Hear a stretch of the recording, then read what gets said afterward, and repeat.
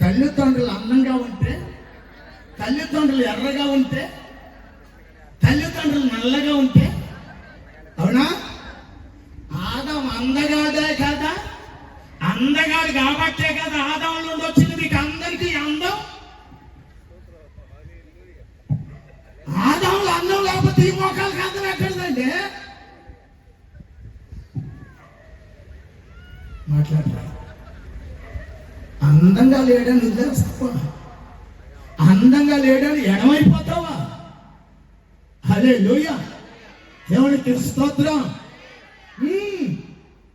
అందుకని ఇప్పుడు నేను అందంగా ఉండాలి నా భార్యతో పాటు, నా భార్య నన్ను తక్కువ చూస్తుంది అనుకుని కానీ మగోడు రోజు చదువుకుని స్థల స్నానం చేసి నోటి పెట్టుకుని షూ వేసి ట్రై కట్టి రోడ్డు మీద ఎట్లా తిరిగాడు అనుకో, నీవేం చేయాలో తెలుసా?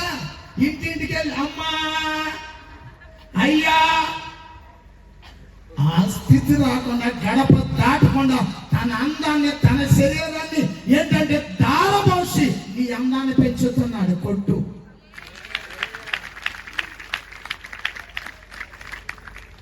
ఏ మొక్కలంత మాడిపోయినాయి.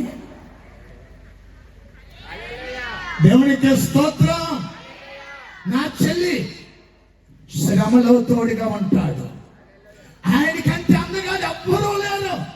అందహీనుడిగా మారిపోయాడు మన గొప్పవారిగా చేయటానికి, మన బలవంతులుగా చేయటానికే. దేవునికి స్తోత్రం. అంతేకాదు చూడ నల్లని వాడిగా మారిపోయాడు. శకుముకు రాత్రి వల్ల ఆయన చేసుకున్నాడు తన స్వరూపమును. హల్లెలూయా. ఆయన పొందిన దెబ్బల ద్వారా మన స్వస్థ కలుగుతుందంట.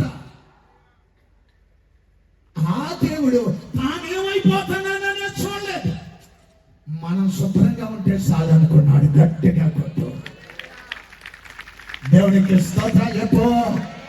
నా చెల్లి ఎప్పుడు తోడుగా ఉంటున్నావు, భర్తకి ఎప్పుడు తోడుగా ఉంటున్నావు, పిల్లలకి ఎప్పుడు తోడుగా ఉంటున్నావు, భార్యకి ఎప్పుడు తోడుగా ఉంటున్నావు. నీ అందరూ కలిసి సంఘంలో సేవకుడు నలిగిపోతుంటే ఇరిగిపోతుంటే దైవచండా మేమున్నాం, మేము తోడుగా ఉంటాం అని ఎప్పుడు నువ్వు వాగ్దానం చేసి సేవకుడికి తోడుగా ఉన్నావు సేవలో.